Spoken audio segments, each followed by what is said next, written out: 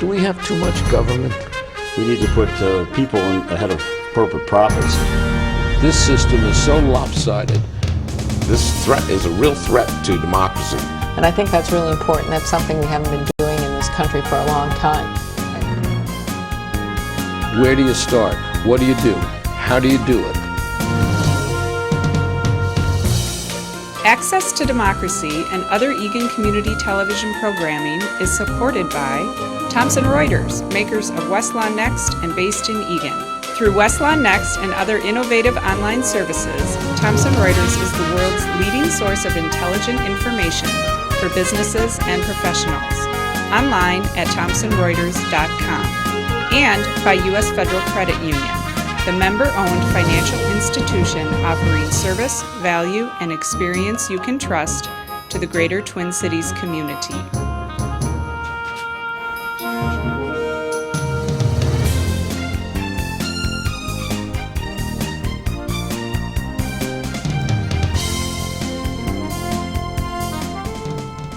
Welcome to Access to Democracy. I'm your host today, Steve Francisco, and it's a real pleasure to welcome to our set today a return visitor and an old friend of mine, Dane Smith from Growth and Justice. Welcome, Dane. Great to be here, Steve. Good to have you. Tell us a little bit, you've been on the show before, but for some of our viewers, they may not be familiar with your organization, Growth and Justice. Tell us a little bit about what is Growth and Justice and why was it created? Mm-hmm.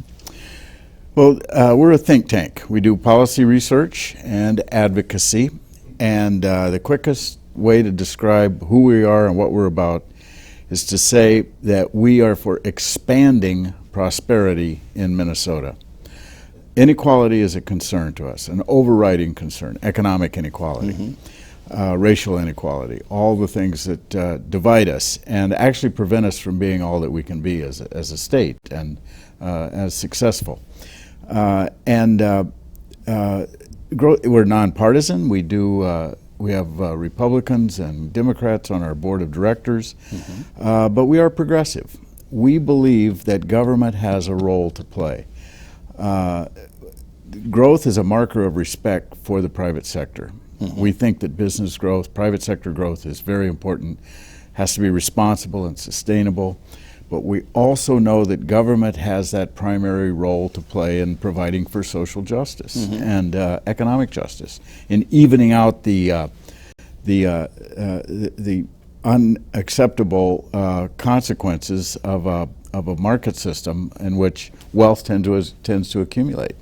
Problems result from pollution. The private sector has unintended and unwanted outcomes, and our governments have always been there to actually help the private sector. That has been its role since Alexander Hamilton conceived of a federal government that would be strong, have the power to tax, invest in infrastructure, invest in education. And so we're really sort of we think we occupy an important middle ground. And this idea that you're addressing issues of concentrations of economic power have big repercussions for our country. They always have, and they've concerned previous generations too. I think back to even Republican progressive Teddy Roosevelt and breaking up the trusts and concentrated economic power. So it's not just a Democratic or liberal issue, is it? No, absolutely not. The Republican Party of Lincoln, of Teddy Roosevelt,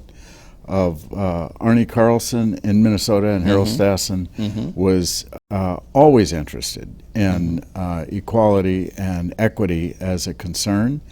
They were actually on the cutting edge a lot of times of reforms and investments that would help all Minnesotans do better. And so that's the idea. Dane, you've come to this work from a 30-some-year career as a journalist. You wrote for the Minneapolis Star-Tribune and also worked for the St. Paul Pioneer Press. Maybe you had some other journalism jobs in between there too? Mostly those two papers for 30 years covering politics and government. Right. So what was it about Growth and Justice in particular that drew you from being a journalist reporting the news to really becoming a public policy advocate?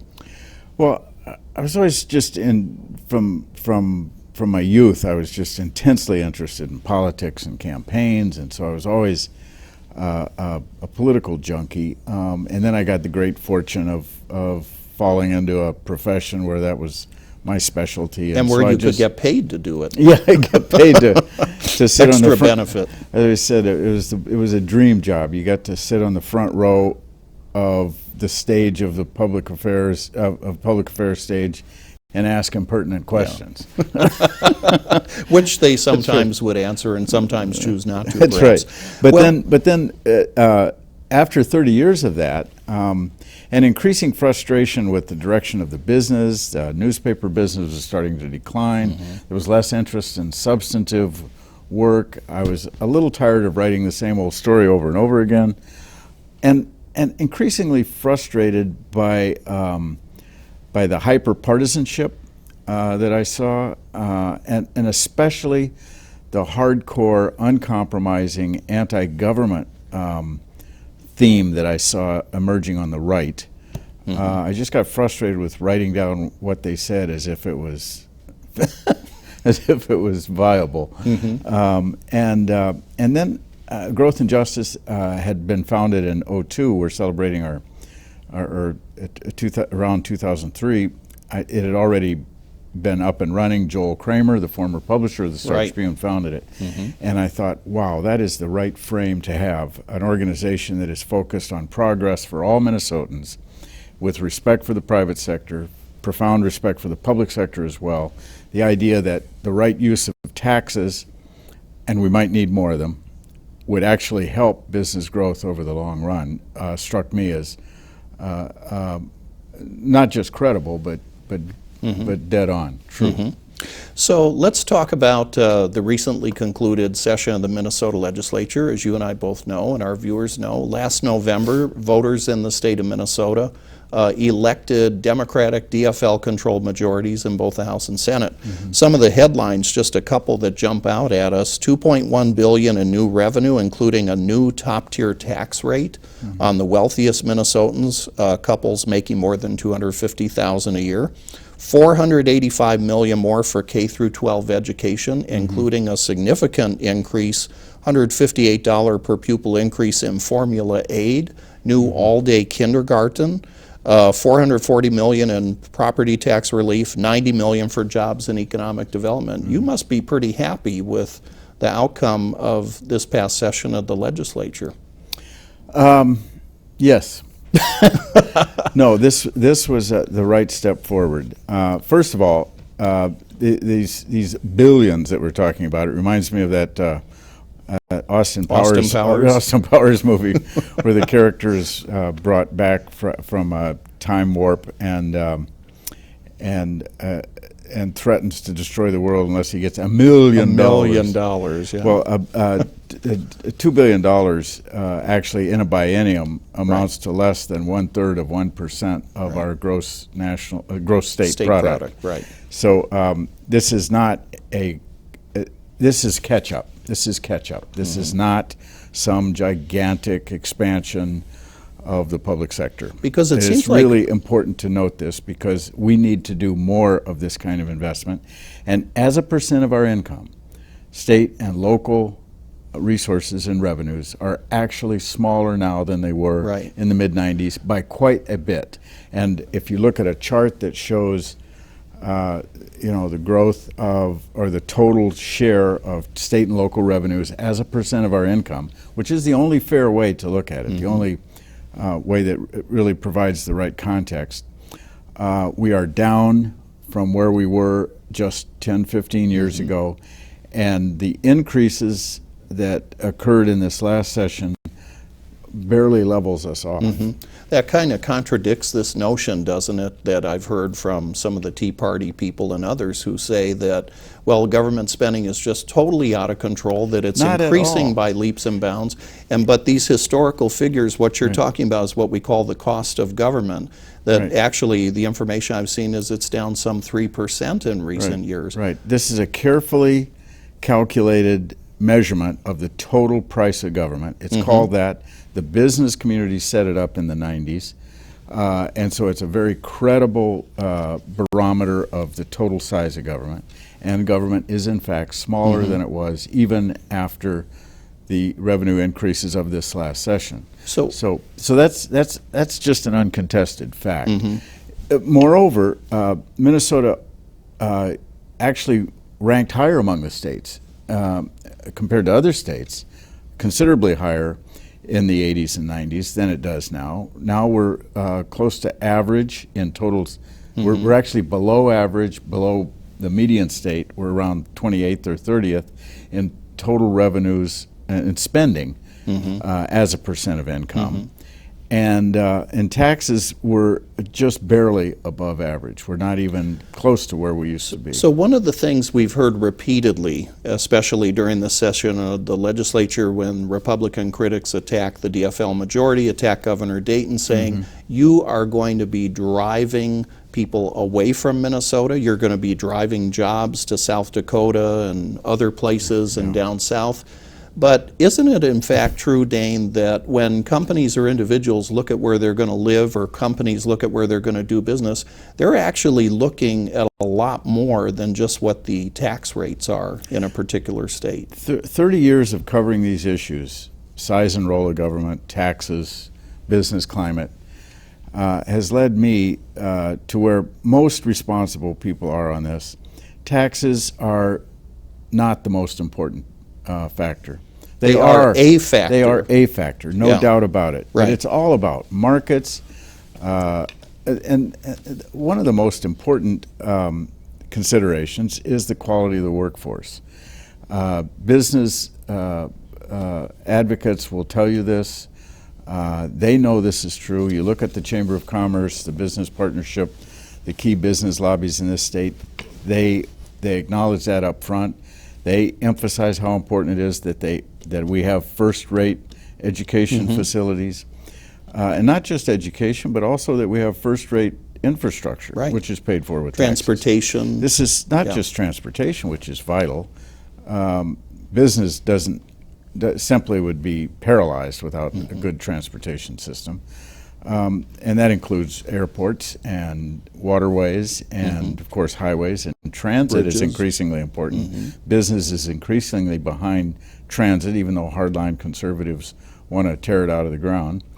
But all the other kinds of infrastructure, like a court system, like sewer and water, all of that is important. Healthcare system. Having a good, solid foundation of public investment is why Minnesota has always done well by business. It is our secret to success.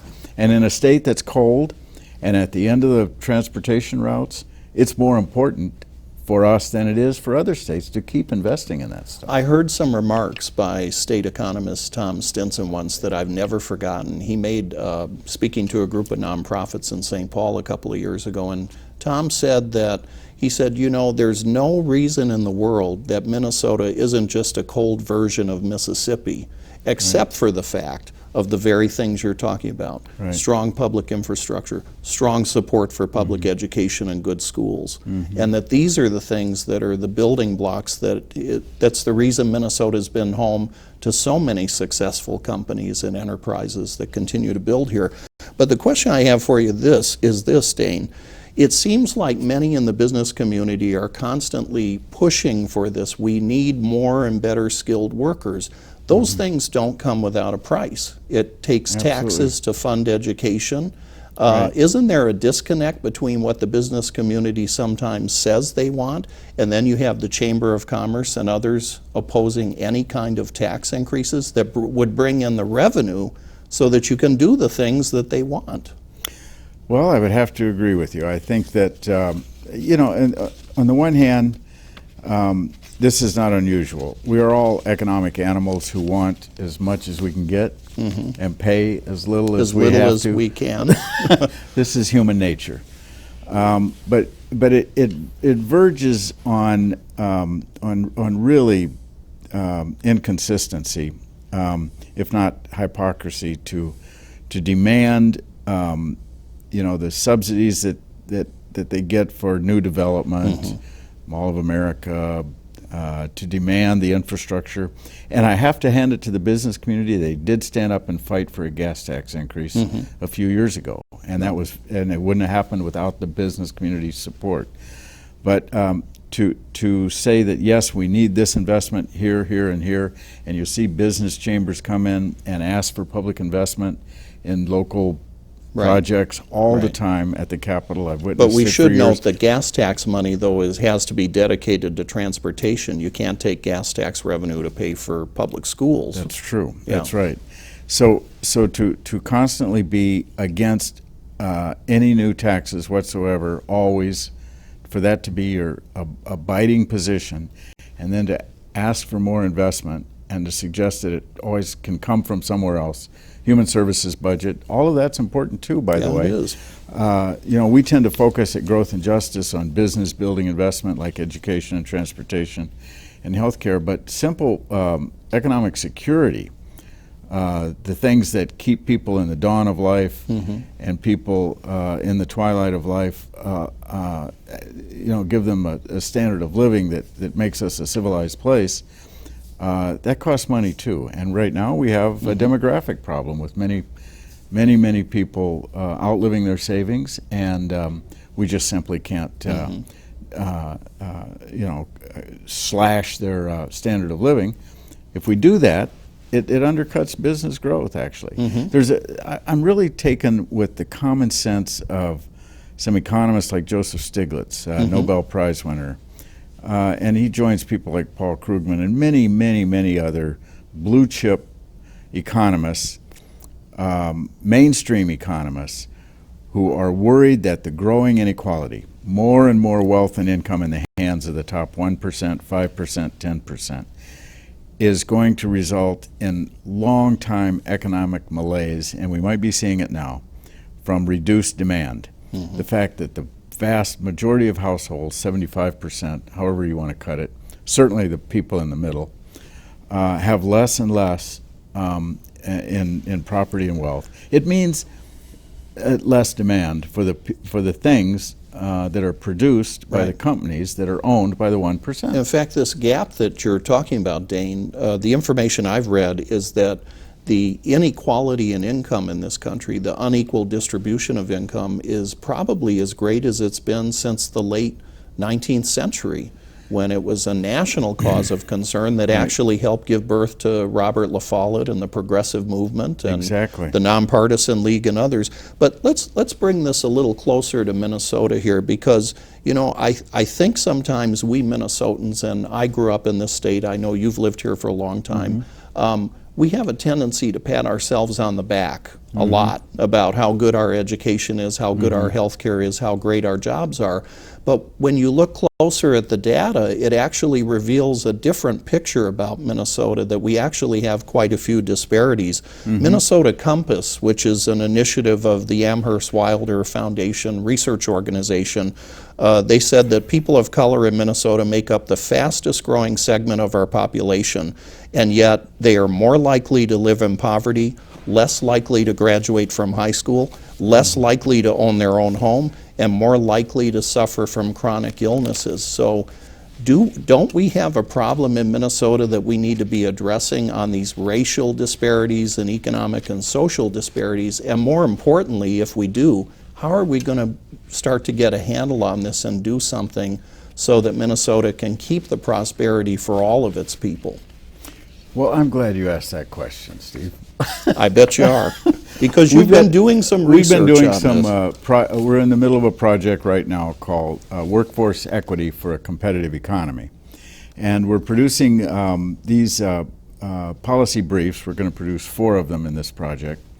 And it spells out, it explains the situation, pretty much as you described it, that we have our fastest growing populations are too far behind in educational achievement, readiness, attainment, and unless we do better by communities of color and low-income families, who are a larger percentage of the pie, our economy will begin to suffer, and very soon. We really benefited from practically an unprecedented investment in education with the imposition of the income tax in the 1930s by Floyd B. Olson. That continued under Republicans and Democrats in the 40s and 50s and 60s, and by 1973, we were on the cover of Time as a state that works. And it was Governor Wendell Anderson holding the fish. And one of the things they talked about in that article, and has been discussed endlessly, is how Minnesota really invested in a diverse culture. Scandinavians and Norwegians, who were new immigrants from cultures that highly valued education, though.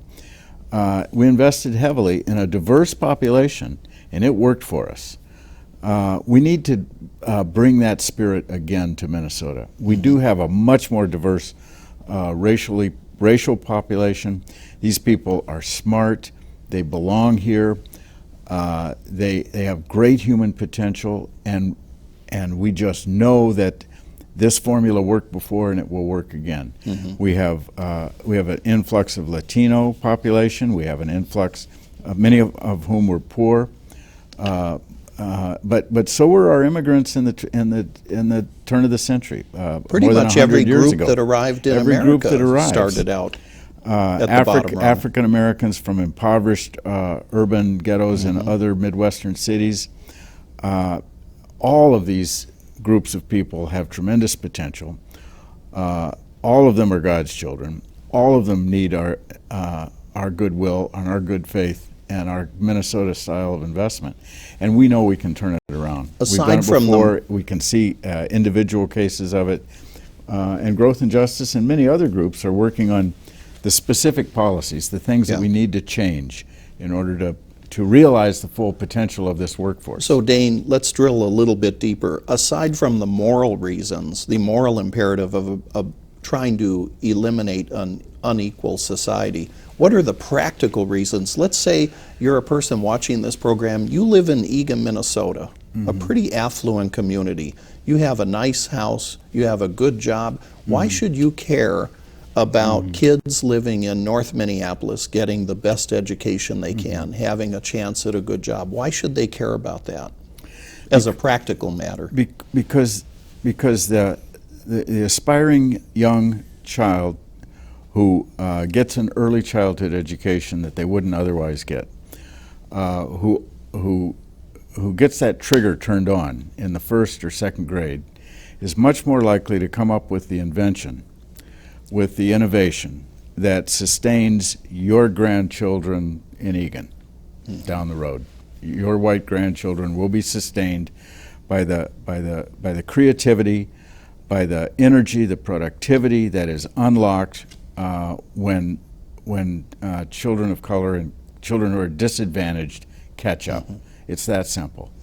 There's a lot of more immediate effects. We know that crime rates decline. Go down. People have a stake in their community when they own a home and have a job. Exactly. You save money on welfare and on economic security benefits. Nobody really likes being dependent on the government for their day-to-day sustenance. And we know that if we unlock potential, if we educate people for the workforce that we need, that they will be self-sufficient. So we'll save money, and we'll save lives. It's that simple. Growth and Justice, you had written an op-ed piece that was published in MinPost last year during the debate about 2 constitutional amendments in Minnesota to amend our state constitution, both of which were rejected by the voters. One of those would have required some type of identification, voter ID, before people could vote. And the other had to do, of course, with marriage equality, basically saying that people of the same sex could never be married in Minnesota, and that would be enshrined in the Constitution. Voters rejected both of those. The op-ed piece that you wrote for MinPost put it in an interesting way. You said that if voters were to allow these to go through, it would damage the Minnesota brand. Say a little bit more about that. What is your conception of this Minnesota brand that you referred to? Well, I am first and foremost a Minnesota lover. I was born in Texas. I grew up in Alaska, couple of pretty hardcore red states right now. I came to Minnesota in the early 70s out of the Navy, United States Navy. My wife was from here. And I came to absolutely revere this state's progressive traditions. One of the things that struck me immediately about Minnesota was the evenness of the prosperity, the fact that the middle class was big and healthy and strong, and there just wasn't this degrading rich and poor thing that I saw in so many other states. You didn't have the kind of concentrations of political power as you find, for example, in many southern states where business interests were all powerful. Oil interests in places like Oklahoma and Texas, maybe. Minnesota's always had sort of a good government brand, too. It's sort of like a place where people are welcoming, where there's and actually you get a little bit of this Minnesota reserve being a little bit cold too, the Scandinavian thing. A lot of jokes about that, but in general, the Minnesota political and cultural ethic is progressive, Republican and Democratic, small p, progressive, and it means modern. It means accepting change, accepting newcomers, solving problems, being innovative. That's the Minnesota brand. And neither of these amendments fit that brand. The attitudes are changing rapidly and for the better on acceptance of people of color, on full integration and full assimilation, full incorporation of all people of color. It's moving on gender preferences. It's moved some time ago and still made progress in regard to women. Right. But Minnesota has been a leader in civil rights and human rights all along the way, and amendments that put a stake in the ground saying that we were going to erect barriers to voting, and we know how they would be applied and how they would actually hurt elderly people probably more than they would have hurt It's people just not of color, who we are. It's Neither just not, of these amendments are who we are. Absolutely not. And Minnesotans, to their credit, I think, they recognized that and did what they needed to do on Election Day. We're down to our last minute. I want to ask you, if somebody wants to take a closer look at these reports, as well as other research that Growth and Justice have done, where can they go on the internet? To your website? www.growthandjustice.org, and we have a pretty accessible website. You can see all our reports. We do a lot of op-eds and commentary, and there's just, I think it's a pretty rich site. And we'll put in information and links to other sites. We'll put in a shameless plug for you too. If they want to make a donation to provide financial support for the great work that you and your colleagues do at Growth and Justice, they can also go there. Dane Smith, thank you for being our guest today. Thank you for the work that you and your colleagues do to bring us a state of Minnesota that is stronger, fairer, and better for all of our people. I remember Paul Wellstone's words, we all do better when we all do better. Right. And so thank you for your work. And it is about access to democracy. That's right. Thank you. Dane Smith, President of Growth and Justice. Thank you, Steve.